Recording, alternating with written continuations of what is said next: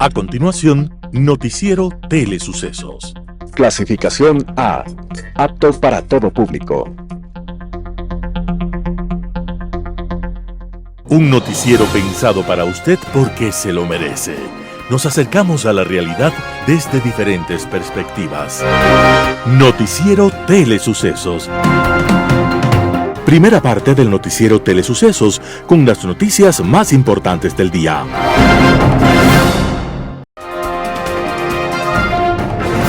Un día como hoy. Desde siempre, los humanos hemos imaginado un mundo que se divide entre buenos y malos, entre fuerzas de la luz y la oscuridad, entre el bien y el mal. Y en medio de esa imaginación desbocada, hemos atribuido al mal todas las formas posibles. Y una de las más llamativas, llevada a la literatura, venía de lo profundo del mar. Se llamaba Moby Dick. Y aunque siempre se piensa que era una ballena, hoy sabemos que de haber existido, aquel fenomenal monstruo marino no era una ballena, sino un cachalote, su familiar cercano. En la famosa novela, obra de Herman Melville, el cachalote representa la maldad obstinada, y el capitán Ahab, su enemigo, encarna la venganza brutal y absurda, para que todo se resuelva en medio de grandes dolores. Pero Melville fue más que un escritor de éxito. Fue un pensador menospreciado en los Estados Unidos por negar el ingenuo optimismo sobre el que se funda su estilo de vida. Menospreciado por advertir los peligros del poder sin responsabilidad, el orgullo cegador, la sustitución de los fines verdaderos por otros falsos. Menospreciado por advertir acerca del sacrificio del bien colectivo en aras de la libertad abstracta del individuo, por la división simplista en luchas de buenos y malos. Herman Melville, el escritor y navegante, el profeta a su manera, estaba naciendo un día como hoy, 1 de agosto de 1819, y todavía nos recuerda que los prepotentes convierten al mundo en un mar de violencias y venganzas. Las principales noticias del día. Titulares. Adjudican dique para proteger a Coca-Cola Sinclair de la erosión regresiva. Mónica Palencia dice que el país la escuchará en los juicios políticos como ministra del Interior. Receso judicial en la Sierra y la Amazonía iniciará desde el 1 al 15 de agosto. En política internacional sigue el ojo por ojo. Los editoriales serán de Juan Carlos Holguín, un amigo fiel de la narcodictadura. Roberto Aguilar, elecciones en Venezuela, el fraude quedó demostrado. Noticias del día. Adjudican dique para proteger a Coca-Cola Sinclair de la erosión regresiva. La Corporación Eléctrica del Ecuador, CELEG, adjudicó el contrato para la construcción de un dique permeable para proteger las obras de captación de la mayor hidroeléctrica del país, Coca-Cola Sinclair, de la erosión del río Coca. Así consta en la información publicada por el Servicio Nacional de Contratación Pública, SERCOP. La obra fue adjudicada el 24 de julio del 2024 al consorcio CEMAC, conformado por las empresas Semaica y Axillem Proyectos, por un valor de $17.3 millones. El plazo para terminar las obras es de 15 meses. ¿Qué son las obras de captación? Se trata de una especie de pequeña represa que desvía el agua del río Coca por una tubería hacia las turbinas de Coca-Cola Sinclair para generar electricidad. Una eventual afectación a esta estructura inhabilitaría de manera definitiva la hidroeléctrica. Esa infraestructura está amenazada por la erosión regresiva del río Coca, que empezó en febrero del 2020 con la desaparición de la cascada de San Rafael. El extraño fenómeno natural empezó a 20 kilómetros de distancia de las obras de captación de Coca-Cola Sinclair y desde entonces ha continuado su avance aguas arriba, socavando el lecho del río Coca, carcomiendo sus márgenes y acercándose peligrosamente a las obras de captación de Coca-Cola Sinclair. El 29 de julio del 2024, la erosión se localizaba a solo 6.1 kilómetros de distancia de las obras de captación. A su paso, la erosión ha destruido tramos de la vía Quito-Lago Agrio y de los oleoductos de transporte de petróleo, lo que ha paralizado la producción petrolera nacional en más de una ocasión. Mónica Palencia dice que el país la escuchará en los juicios políticos como ministra del Interior. La ministra del Interior, Mónica Palencia, anunció que responderá a los 2 juicios políticos presentados en su contra en la Asamblea Nacional. La funcionaria acudió este 31 de julio a la Comisión de Soberanía y Seguridad Integral para rendir su primer informe del semestre del 2024 en materia de seguridad del país, donde también compareció el ministro de Defensa, Giancarlo Lofredo, y Jaime Patricio Vela, jefe del Comando Conjunto de las Fuerzas Armadas. Mónica Palencia, en su calidad de ministra del Interior, enfrenta 2 pedidos de juicio planteados por las asambleístas Mónica Palacios y Paola Cabezas del bloque de la Revolución Ciudadana por supuesto incumplimiento de funciones en la irrupción a la Embajada de México en Quito y por las omisiones en materia de seguridad en el territorio nacional. Tras la comparecencia ante la Comisión de Soberanía y Seguridad Integral, la ministra Palencia insistió en que se debió esperar la rendición de cuentas ante la Asamblea Nacional, que por ley está obligada a presentar cada 6 meses. Respecto al cuestionamiento de la inexistencia del Plan Fénix, la ministra del Interior dijo que eso responderá en el contexto del juicio político. El país me va a escuchar, tengan la absoluta seguridad, advirtió.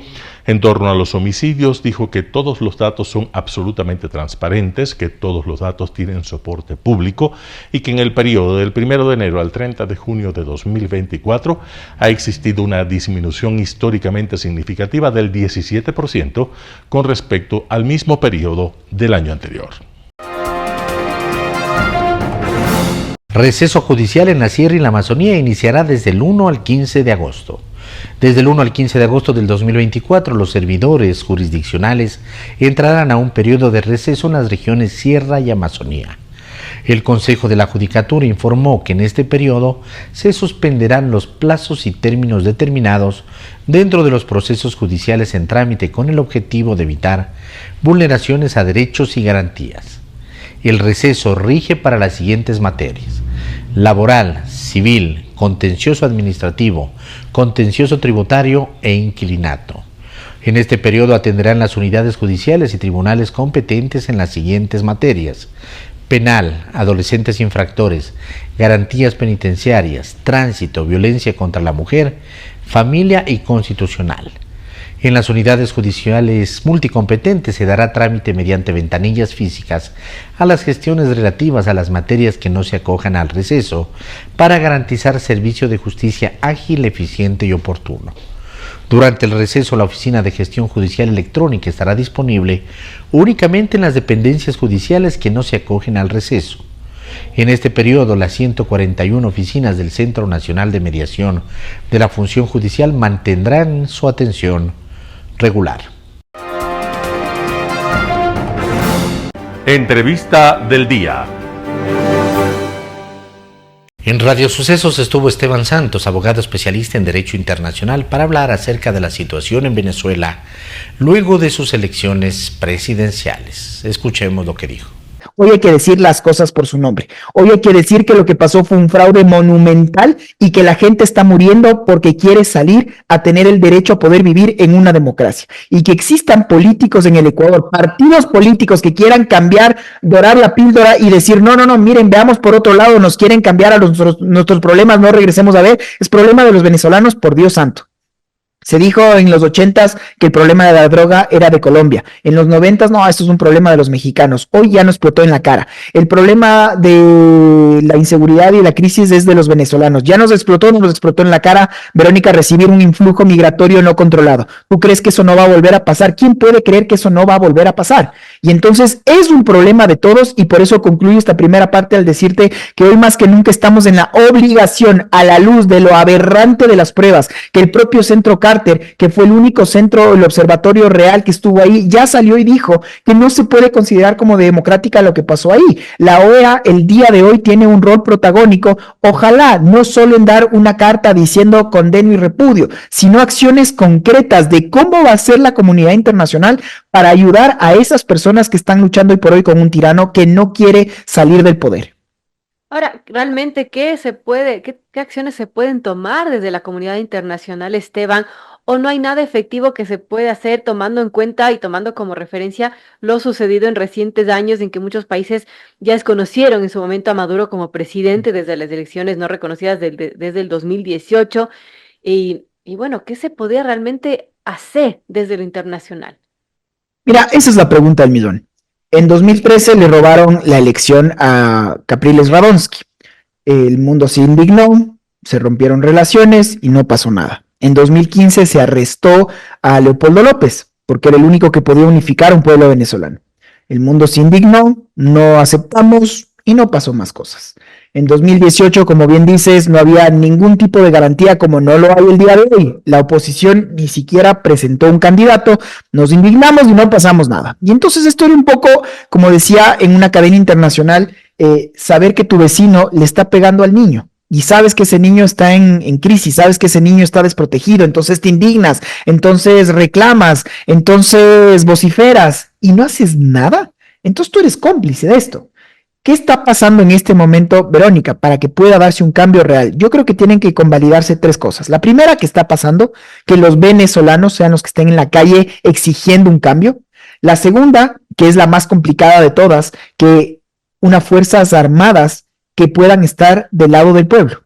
Unas fuerzas armadas que entiendan, las cúpulas están bien comidas, pero los soldados rasos tienen los mismos problemas y no llegan a fin de mes. Y la última es esta de la comunidad internacional. Pero Verónica, puntualmente yo regreso a ver a tres países.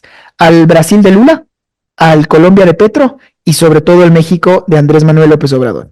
El Lula ya le dijo, oiga, usted no puede salir a decir que va a haber un baño de sangre si usted no gana. Ah, entonces, desinvitado, ya no puede venir a Venezuela. Y su grupo electoral de técnicos ya no pueden venir tampoco. Un Fernández, Alberto Fernández, expresidente de la Argentina, que fue en su momento el que dijo, no, ya no hay problemas de derechos humanos en Venezuela. Y entonces dio de baja el mandato anterior de Macri, en donde se pedía una investigación de la Corte Penal Internacional. Él mismo que dijo, oiga, yo solo voy de vedor, no voy a avalar nada. Retirado también la invitación, usted ya no es bienvenido. Y el Petro, que supuestamente es el líder más de izquierdas radicales en la región, que tenga la presión suficiente para no reconocer hasta que no se dé un recuento serio de los votos. ¿Por qué, Mónica, sobre todo estos primeros dos países, y ya voy con México? Porque un nuevo influjo migratorio ya son 8 millones, como sabemos. Ese es el 25% de un país. Y sabemos que eso es más que países en guerra como Ucrania. ¿Y qué van a hacer aún más? ¿A dónde van a ir? Evidentemente, primero a sus vecinos. Y entonces va a ser Petro y va a ser Lula los que se tenga que comer todo el problema de recibir otra diáspora de migratoria descontrolada y los problemas que eso trae. El problema que yo vi con México es que hay un AMLO que ya salió a decir, la verdad no sirve para nada y hay que respetar lo que diga el CNE venezolano. Entonces, si es que hay boyas que le terminen dando ese oxígeno a un régimen, entonces va a haber otra nueva Cuba, porque el régimen va a estar bien comido a expensas de un pueblo que mejor que se vaya del país porque es menos problemas para mí. Y no podemos estar, Verónica, y concluyo diciéndote, a la expectativa de lo que digan los norteamericanos, los chinos o los rusos, y otra vez en un mundo bipolar, que es lo que va a hacer la región como Latinoamérica para decirle que si usted decide sacar las armas en contra de su pueblo, que es lo que literalmente dijo ayer, que estaba llamando ya a una insurrección armada, y malditos de esos militares y esos policías que quieran darle la espalda a ese pueblo. Pero tiene que haber, te repito, una comunidad internacional que esté dispuesta a decirle, aquí nadie le va a dar un arma, una bala para que usted haga esto, y nadie le va a dar un centavo del cual usted ya no tiene porque ya rompió todo. Si no hay esa presión real, estamos dejando a un pueblo entero a las anchas de un dictador que sabe que lo único que quiere y necesita es mantenerse en el poder, porque de lo contrario lo que le queda es la cárcel. Washington Martínez, director de la Agencia Metropolitana de Tránsito en Radio Sucesos, habló sobre los operativos y multas por exceso de velocidad en Quito. Veamos la nota. Se anunció que ayer había un operativo sancionatorio que era de 8 a 9 de la mañana en el sector de Quitumbeñán, a la altura de la plataforma gubernamental, y un operativo preventivo que se anunció también en nuestras redes sociales y medios de comunicación de 15 a 16 horas en la avenida América y Mañosca.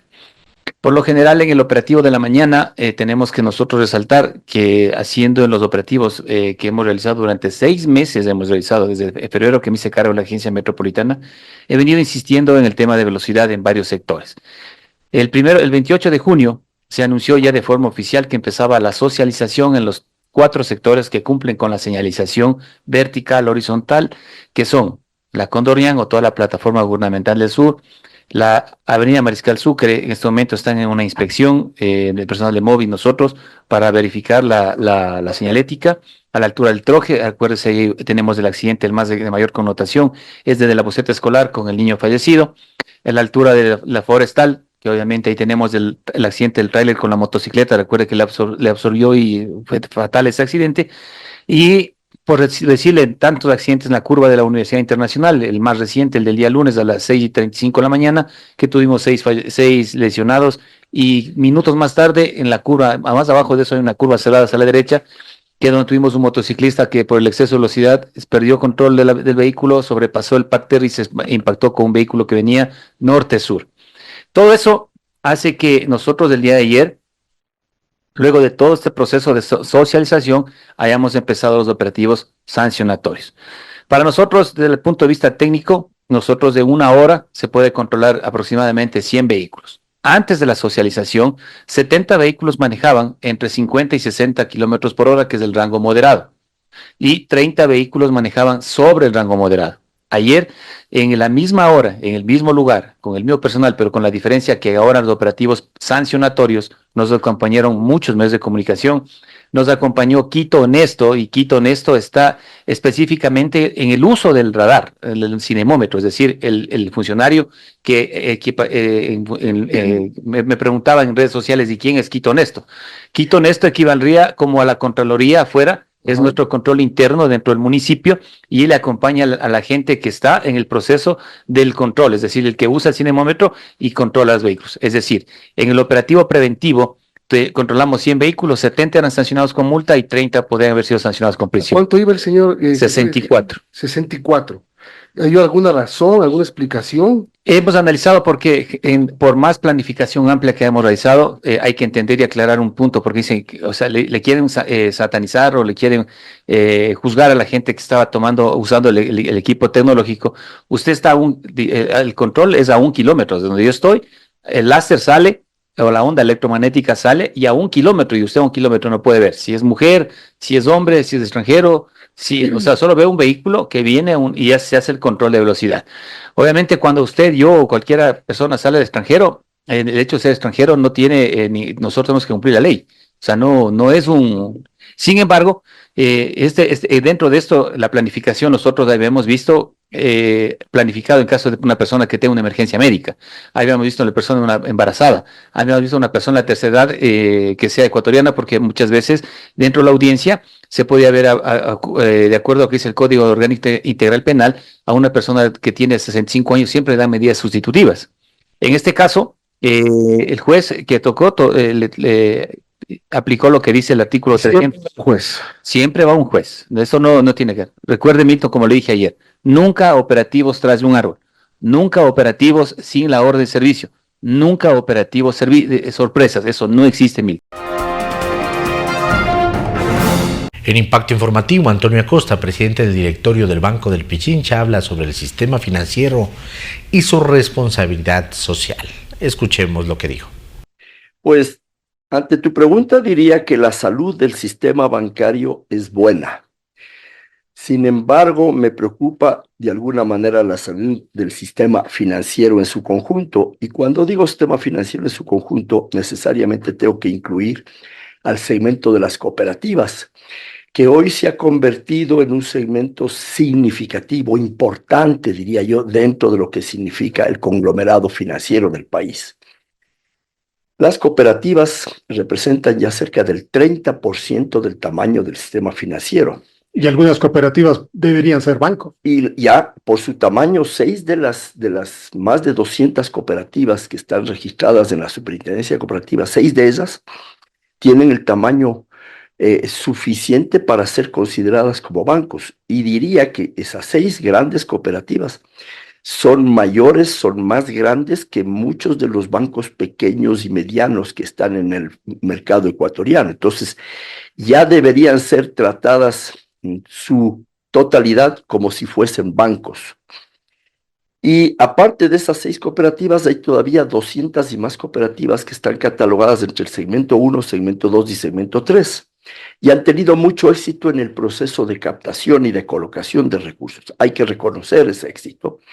Y en buena medida se debe a que han tenido la habilidad de ubicarse en aquellas zonas y regiones remotas del país, a donde la banca seguramente no lo ha visto con interés, y las cooperativas han tenido esa habilidad de permearse hacia todos esos estratos, lo han hecho exitosamente. Pero ahora lo que corresponde es garantizar que ese éxito esté debidamente respaldado.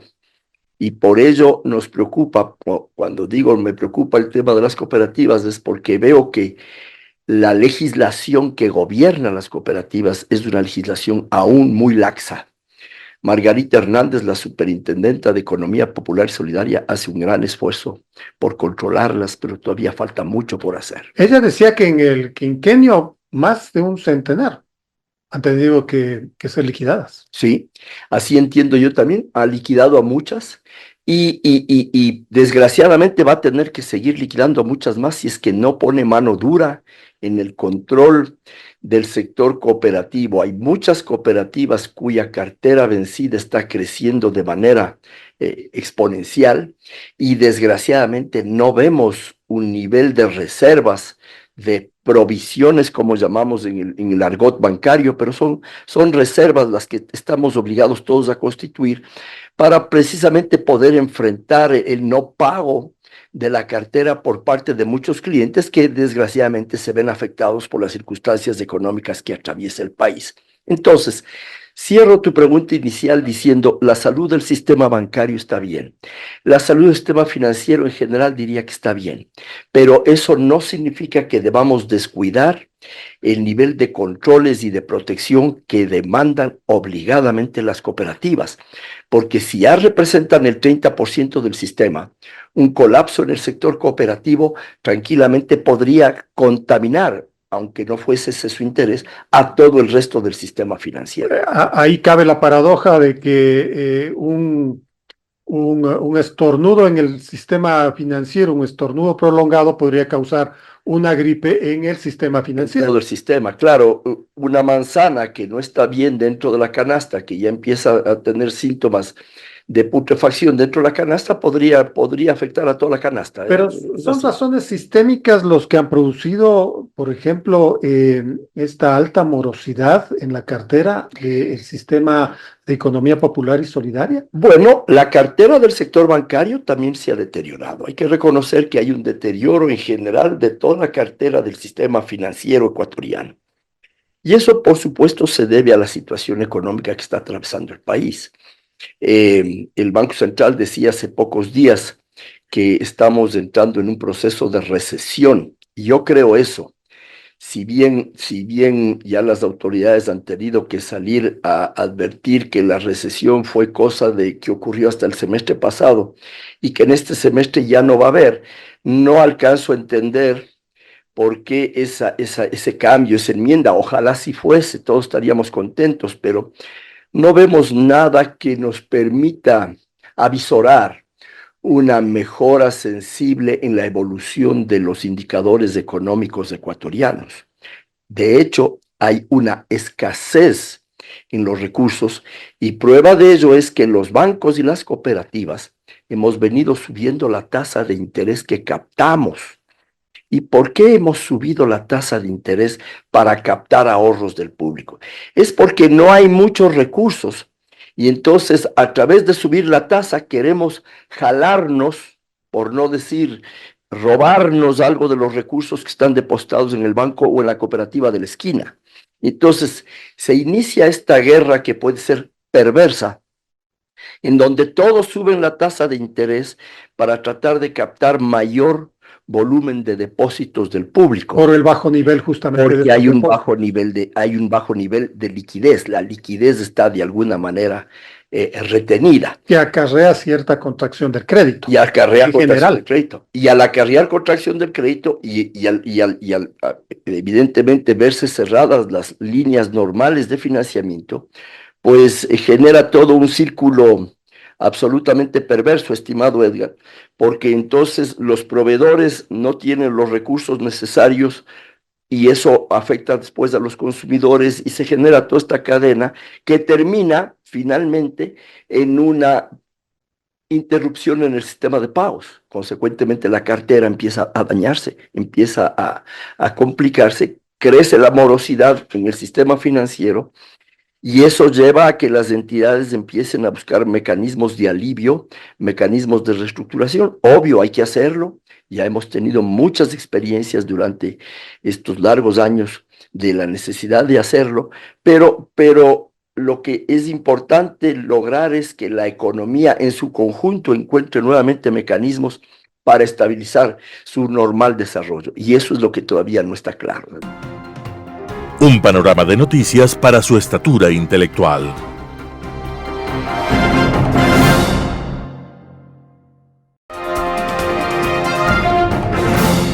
Global Hoy con Alan Catey.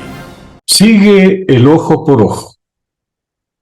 Interminable e implacable, sigue en Oriente Medio la aplicación de la milenaria y cruel ley del talión, aquel ancestral mandato de un Dios vengativo, todavía ajeno a las nociones de misericordia que más tarde evolucionarían en las dos ramas principales que saldrían de ese tronco común, el cristianismo y el islam. Pero la presencia de ese antiguo Dios parece ser inmanente, parte esencial y viva de aquel mundo, mucho más poderoso que aquellos dioses supuestamente más amables que le tomaron la posta en este peliagudo asunto de gestionar la vida eterna y otras actividades post-mortem. Ese Dios de los ejércitos que se entrevé en las brumas de la historia está absolutamente presente en la región, en cada uno de los fanáticos que lo invocan para que bendiga sus yihads y sus guerras santas, cuyo objetivo ideal parecería ser llegar por vía express al paraíso, llevándose consigo a tantos infieles como les sea posible. El interminable ciclo de violencia ha cobrado su macabra cosecha de muertos habitual, su cuota de sacrificios humanos a ese Dios de la venganza, del que, vistas las realidades, todos los actores regionales son seguidores fieles. Un ataque israelí en Gaza, en Khan Yunis, mata a 30 niños en una escuela. Un ataque de Hezbollah mata a 13 niños drusos que jugaban fútbol en un poblado en los altos del Golán, un territorio ocupado por Israel. Al parecer, el sacrificio de niños era el mejor recibido por Moloch, otro dios regional de gran éxito que habría inspirado a sus sucesores en sus sanguinarias preferencias. Como es un pecado incumplir aquel mandato del ojo por ojo, grabado a fuego en el alma, el corazón y el cerebro de los fieles, Israel se anota 2 ojos y al parecer algunos más con un ataque de misiles en Beirut para eliminar a uno de los mandos principales de Hezbollah, Fuad Shukr, a quien responsabilizó por el vil ataque en el Golán. Shukr era buscado por Estados Unidos también, pues habría sido el cerebro detrás del atentado contra fuerzas norteamericanas y francesas desplegadas en Líbano para detener la guerra civil que lo ha llevado a su actual situación de miseria. En el atentado murieron 240 marines americanos y 58 soldados franceses. Seguramente con tal récord, Shukr estará sentado a la derecha de su Dios por un logro tan destacado. También llegan noticias desde Irán que justo por estos días estaba posesionando al nuevo presidente de la República Islámica acerca de un mortal ataque en Teherán que le costó la vida a Ismail Haniyeh, uno de los más altos dirigentes de Hamas, a quienes Israel ha jurado eliminar donde quiera se encuentre. Haniyeh había viajado a Irán justamente para asistir a la posesión del recién electo Masoud Pezeshkian. Nadie ha reclamado la autoría de la ejecución del dirigente palestino, lo que debería hacernos suponer alguna intervención divina directa, algún arma láser celestial, registros de la cual existen en antiguos textos religiosos, lo que ratificaría esa afición divina a manifestarse en apoyo a sus fieles, pues para algo es el Dios de los ejércitos. Que su actuación se haya producido además en Irán, empecinado rival de Israel, se agradece sin duda, pues el país está muy necesitado de muestras de apoyo efectivas. Como cabía esperarse, el supremo líder iraní, el ayatollah Ali Jamenei, expresó su anhelo de venganza y su promesa de castigar a los autores. Estos casos referidos, que corresponden apenas a la última semana, pero que se podría continuar en el tiempo, demuestran el peligro implícito que para las relaciones internacionales en un mundo globalizado e interconectado significa el que las decisiones se adopten desde criterios tan elementales como los que mandan desde el rencor. La palabra venganza se ha convertido, sea en la boca de Jamenei, de Nasrallah, de Haniyeh o de Netanyahu, en el eje argumental de su política, su estrategia y su táctica, prácticamente en la razón de ser de sus acciones. En el pasado lejano, ante el limitado y localizado efecto que esta manera de ver el mundo, se puede comprender que la respuesta fuera indiferencia o hasta conmiseración y una esperanza por la futura superación de ese estado. Al fin y al cabo, si un par de tribus en Nueva Guinea decidían enfrentarse hasta el exterminio y lo lograban, el impacto de este conflicto, mortal y devastador para ellos, era para el resto del planeta, más allá de algún interés antropológico, totalmente indiferente. No es ese el caso hoy. El Oriente Medio, que de por sí ha tenido por su ubicación una gran importancia geográfica estratégica, significa hoy una zona que, por acciones que ocurran en ella, puede afectar a cientos de millones de personas en el mundo. Todavía hoy, pese a la competencia de otros grandes productores petroleros mundiales, como Estados Unidos o Rusia, el petróleo de Oriente Medio, por su calidad y facilidad de transporte, justamente por esa centralidad geográfica, es un factor de enorme impacto en la economía mundial. Las políticas de disminución de producción que se aplicaron durante varios años han sido la causa, con otros factores, hay que decirlo, de la persistente inflación mundial. Cada vez que Irán amenaza con el cierre del estrecho de Hormuz, la especulación provoca alzas en el precio del crudo. Y cada vez que los hutíes, armados con misiles y drones iraníes, atacan el intenso tráfico marítimo que pasa frente a las costas yemeníes, rumbo al Mar Rojo y al Canal de Suez, el costo de fletes y seguros se dispara.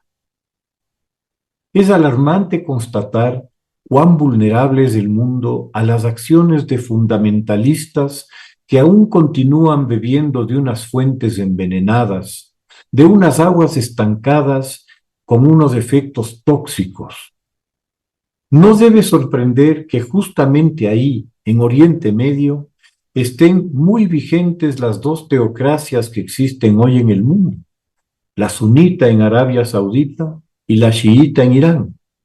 Pero esto no termina ahí, pues en Israel, al día de hoy, al menos, los fundamentalistas religiosos y sus pares sionistas son parte clave del gobierno de Netanyahu, el fiel de la balanza que por tal condición pueden imponer condiciones al gobierno para acentuar, como en efecto ha ocurrido, la intimidación sobre la población palestina en Israel y Cisjordania, para que se vayan de sus casas y sus tierras cuando no son simplemente expulsados para ampliar el proceso de colonización israelí.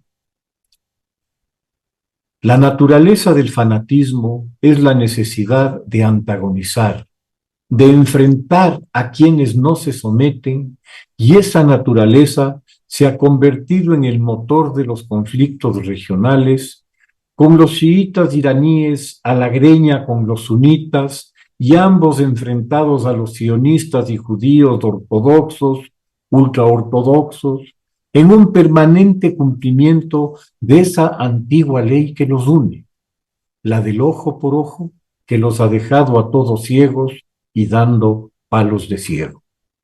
Muchas gracias. Editorial. Un amigo fiel de la narcodictadura. Artículo de Juan Carlos Holguín publicado en Diario El Expreso. Correa ya no sorprende. En los últimos años ha recibido tanto apoyo de la dictadura venezolana, no solamente político, sino también económico, que su libertad quedó mermada. Tiene que defender lo impresentable, así no crea en ello. Es evidente que lo único que sostiene a la dictadura de Maduro es la operación de ciertas estructuras criminales que además están regadas por la región estratégicamente.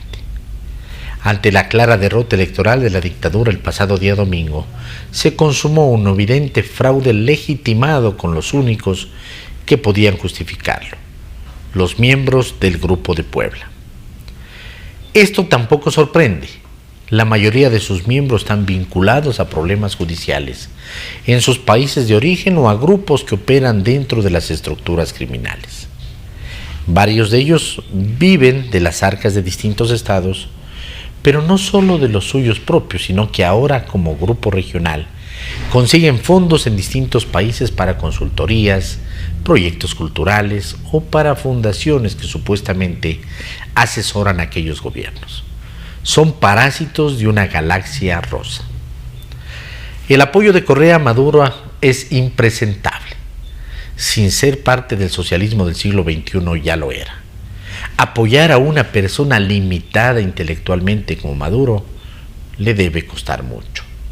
Pero, además, el estar obligados a defender a una dictadura porque no tiene la libertad de conciencia o económica para criticar a ese régimen debe causar mucha impotencia en quienes aún tienen una base ideológica, pero también algo de dignidad. Parásitos de las dictaduras y de los fondos públicos. Eso es lo que son varios de quienes acompañaron a Correa en su proyecto Pro Maduro. Ver a exfuncionarios del correísmo, a sus abogados particulares, entre otros, como observadores invitados por el régimen dictatorial, provoca indignación. Pero también pena, pues todos han sido invitados con dineros del régimen narcodictatorial. El fraude de Maduro no solo es evidente, sino que ha sido burdo. No fue un proceso electoral libre ni justo. El fraude no se dio el domingo, sino que se fue configurando durante varios meses. Se descalificó a la candidata ganadora de las primarias de oposición y quien se ha consolidado como la líder del proceso de transición, María Corina Machado. Gracias a la altura y madurez con que ha llevado la oposición el proceso, hubo un candidato fuerte y de cohesión para la oposición. Se sabía que Maduro no se iría fácilmente. Sus nexos con el narcotráfico, el lavado de activos y las economías ilegales han hecho de Venezuela un narcoestado, por lo que le es difícil a la estructura madurista dejar el poder. Pero la comunidad internacional, en su mayoría, ha reaccionado muy bien en las últimas horas, cuestionando la transparencia de los datos y ejerciendo una presión a favor de la libertad y la decencia, excepto el Grupo de Puebla y otros dictadores globales. Bien ha hecho el gobierno ecuatoriano a través de la Cancillería al mantener a nuestro país en el lado correcto de la historia. Alejarse de las dictaduras y de los gobiernos con vinculaciones a las economías ilegales dará mayor enfoque a la lucha contra las fuerzas políticas que, con el apoyo del dictador Maduro, intentan desestabilizar el país. Artículo de Juan Carlos Holguín publicado en Diario El Expreso. Elecciones en Venezuela. El fraude quedó demostrado. Roberto Aguilar, El Expreso. El régimen autoritario de Nicolás Maduro está cercado. El fraude electoral con el que pretendía atornillarse 5 años más en el poder ha quedado demostrado más allá de toda duda razonable. El pueblo venezolano se ha movilizado en lo que parece ser su batalla decisiva y la autoridad moral de los líderes de la oposición, María Corina Machado, y el candidato presidencial, Edmundo González, es hoy incuestionable. La única alternativa que le queda a la dictadura es radicalizarse y abrazar abiertamente el totalitarismo, lo cual implica la aniquilación del enemigo, su desaparición física mediante métodos expeditos, el asesinato o la cárcel, y el control de la población por el terror. O eso, o se cae. Lo de María Corina Machado es un logro extraordinario. Se preparó y preparó a los suyos, no solo para ganar una elección que las había ganada desde el día en que la dictadura la descalificó como candidata con argumentos espurios, sino para demostrar el fraude. Porque era imposible imaginar que no lo hubiera, que Maduro simplemente aceptara el resultado electoral y entregara el poder sin más. Estaba claro que el fraude se produciría, pero ¿en qué momento?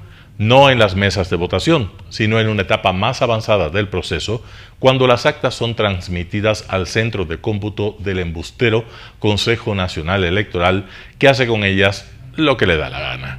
La estrategia consistía entonces en apropiarse de esa información en su lugar de origen y custodiarla como un tesoro. Sabíamos que iban a inventar todo tipo de trampa y por eso construimos una red ciudadana durante meses y meses, dijo ayer Machado ante una multitud reunida en Caracas para escucharla.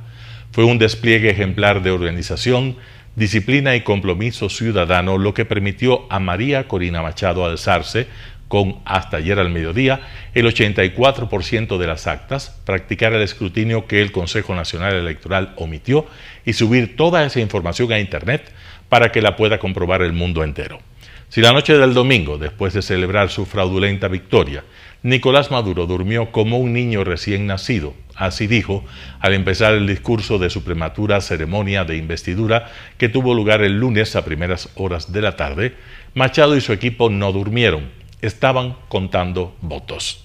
A las 7 de la noche de ese lunes ya se hallaban en capacidad de anunciar el resultado. La victoria era de González sobre Maduro en una proporción de 70-30. Lo dicen las propias actas oficiales emitidas por las mesas del Consejo Nacional Electoral. Desenmascarado el fraude, al régimen no le queda sino refugiarse en la amenaza. Terrorismo, incitación a la aniquilación, incitación al odio. Los delitos que el fiscal Tarek William Saab pretende imputar a los inconformes son delirantes. Lo anunció en una declaración televisada en la que se dirigió a la nación con el tono intimidatorio de un sargento. También el ministro de Defensa, Vladimir Padrino, habló para denunciar un golpe de Estado fraguado por la derecha fascista y organizado por el imperio. Mientras tanto, la Asamblea aprobaba, por iniciativa de su presidente Jorge Rodríguez, un exhorto para encarcelar a Machado y a González. ¿Tendrá Maduro el coraje de dar esa orden? Extremadamente cuidadosa, estratégica hasta en el menor de sus gestos, a pesar del desborde de pasiones que encarna su figura, María Corina Machado tiende una mano a los ciudadanos militares y les invita a defender la soberanía popular y se desmarca de cualquier exceso de violencia que pudiera darse en algunas de las manifestaciones espontáneas que ya surgen en toda Venezuela, convocando a las familias venezolanas con nuestros hijos y nuestros ancianos, subraya, exclusivamente a asambleas ciudadanas en lugares y horas señaladas. De su actitud pacifista y conciliadora, pero inflexible, proviene también su autoridad moral. El enfrentamiento queda así claramente definido entre los partidarios de la verdad y los de la violencia. Roberto Aguilar, El Expreso. Noticias internacionales. Declarado el estado de emergencia por falta de agua potable en la isla italiana de Cerdeña. Sin agua potable en Cerdeña. Declarado el estado de emergencia por una sequía persistente que paraliza desde hace días la isla italiana por falta de agua potable. El tradicional destino turístico no ha visto la lluvia desde hace meses, mientras que las temperaturas en la zona siguen aumentando. Se espera que la isla llegue a los 40 grados centígrados en estos días. El anuncio fue realizado por el Consejo Regional de Cerdeña y la situación de alarma se extenderá hasta el 31 de diciembre. La escasez de agua ha afectado drásticamente las actividades agrícolas e industriales, el sector turístico y la vida diaria de los ciudadanos sardos. El senador italiano Marco Meloni ha pedido estrategias a largo plazo para mitigar el efecto del cambio climático y la sequía que afectan a las islas italianas.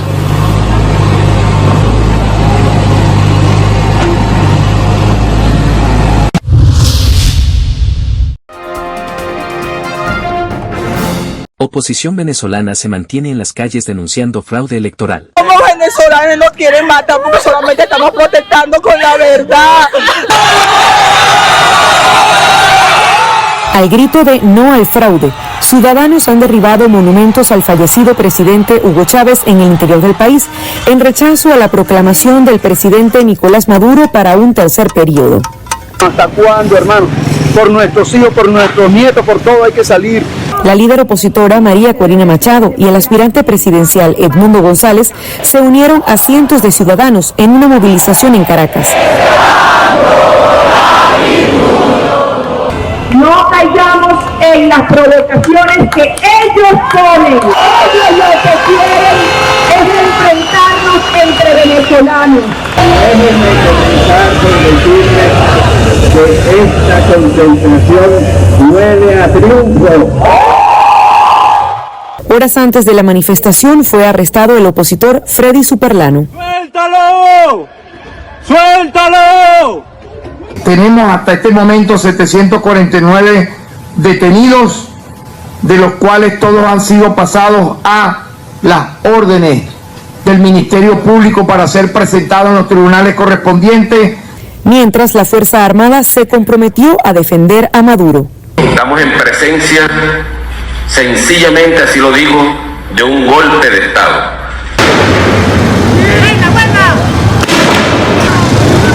El gobierno de Maduro expulsó a 7 delegaciones diplomáticas que han cuestionado el resultado electoral. Además, suspendió temporalmente los vuelos comerciales desde y hacia Panamá y República Dominicana, en rechazo a lo que calificó como acciones injerencistas de estos países.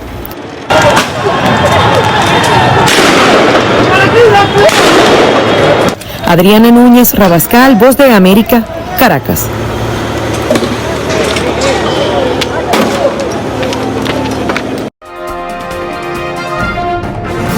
Irán amenaza con vengar el asesinato de Ismail Haniyeh, el líder político de Hamás.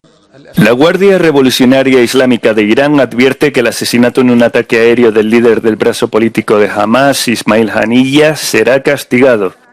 Las represalias contra Israel serán, según sus propias palabras, duras y dolorosas. El líder supremo iraní también amenazó a Israel con un castigo severo. Consideramos su venganza como nuestro deber, expresó Jamenei en un comunicado. El líder de Hamás, Ismail Haniyeh, fue asesinado en la madrugada en Teherán, después de asistir el martes a la toma de posesión del nuevo presidente iraní, según informaron tanto Irán como el grupo islamista en las primeras horas de este miércoles. هذا الأمر لن يجدي نفعا ولن تكسر إرادة الشعب الفلسطيني لأن هذه الاغتيالات وهذا الدم الفلسطيني الغالي سيبقى وقودا لاستمرار المعركة مع الاحتلال من أجل الحرية والاستقلال. اليوم La oficina de prensa del gobierno de Israel publicó una foto de Haniyeh declarando textualmente que el líder de más alto rango de Hamás fue asesinado en un ataque preciso en Teherán. En un comunicado, Hamás citó a Haniyeh diciendo que la causa palestina tenía costes y añadía también textualmente: estamos listos para esos costes, el sacrificio por el bien de Palestina. Y desde Cisjordania, el presidente de la autoridad palestina, Mahmoud Abbas, que cuenta con respaldo internacional, también condenó el asesinato de Haniyeh, calificándolo de acto cobarde y acontecimiento peligroso.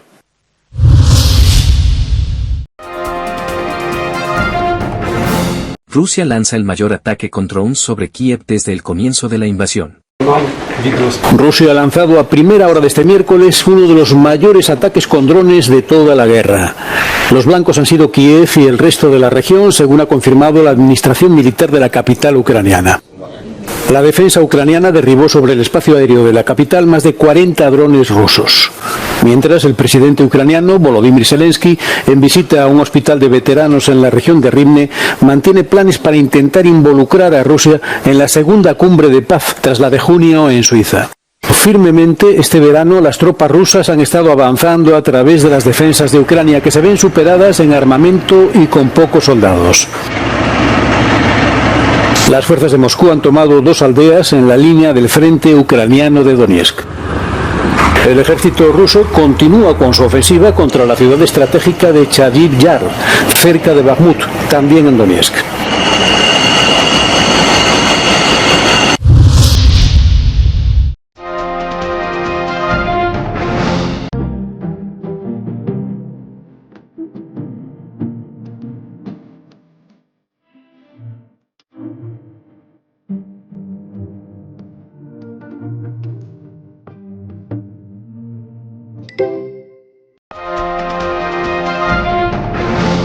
Telesucesos Sports.